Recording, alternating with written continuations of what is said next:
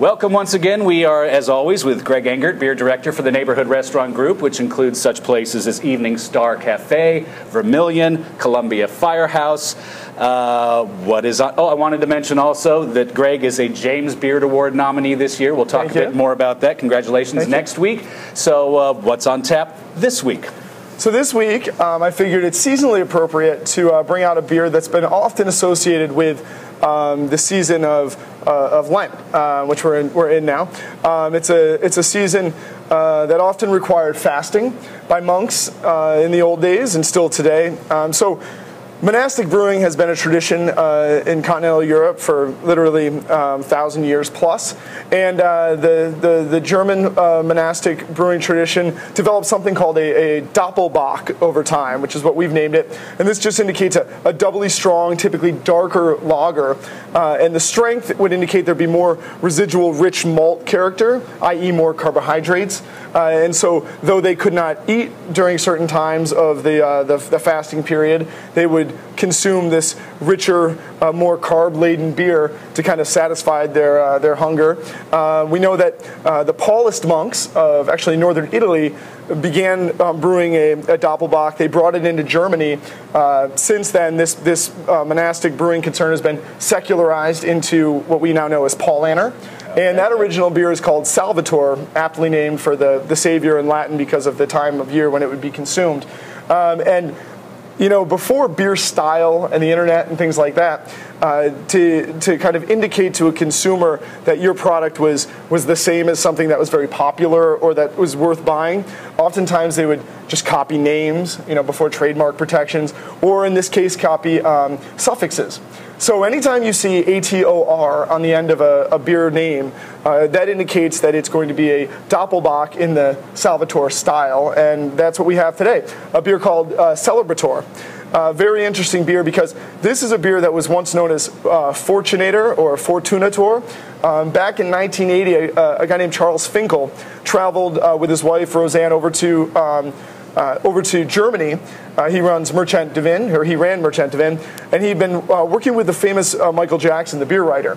And he was using his beer guide as a way to find great beers of the world that he wanted to import into the U.S., and he wanted to bring in a beautiful, strong, dark lager, or Doppelbock, that wasn't from a giant brewery like Paulaner had become. Mm-hmm. So he goes to Ayinger, which is a town outside of Munich, and Ayinger beers are brewed there, and he joins this family, he sits out of this small family brew pub and inn, and taste their beers, and that's where he has the Fortunator, and he thinks this is outstanding, I want to bring it in, but he didn't love the name. He thought it was a little bit kind of a mouthful. So you could mispronounce a couple syllables and say something else. That was probably it. So they went back and they were thinking it over in Seattle where they're based, and came up with a different name, Celebrator, because it is a kind of celebratory beer, oftentimes because of its strength.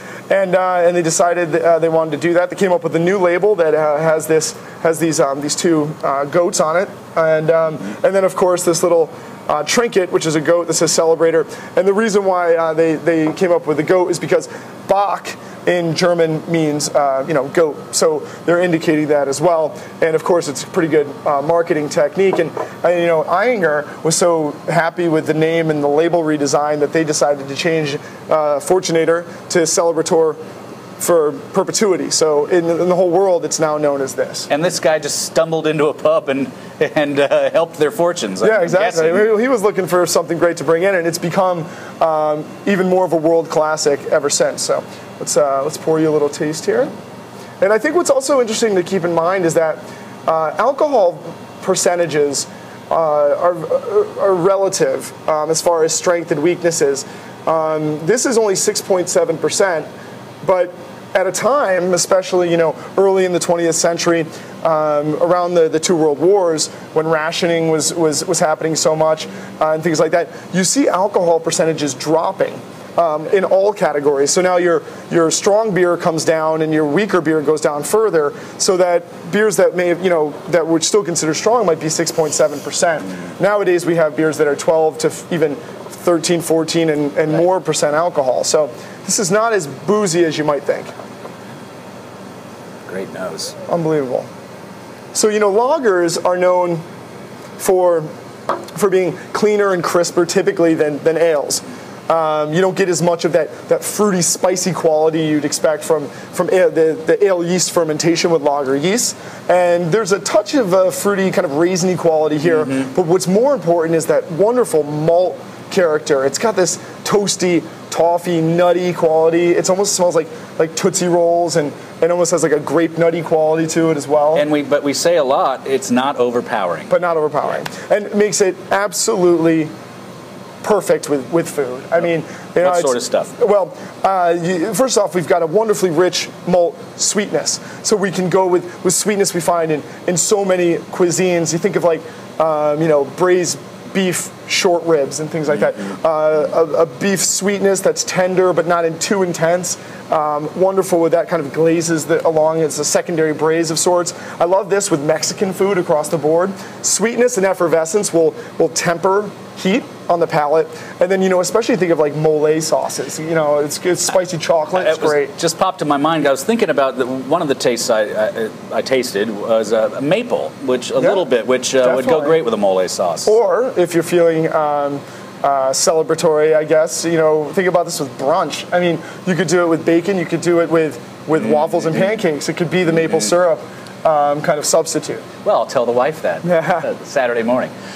Greg, thank you as always once again. We appreciate it. I'm Brennan Haselton. Be sure to bring your thirst next time for another Beer of the Week.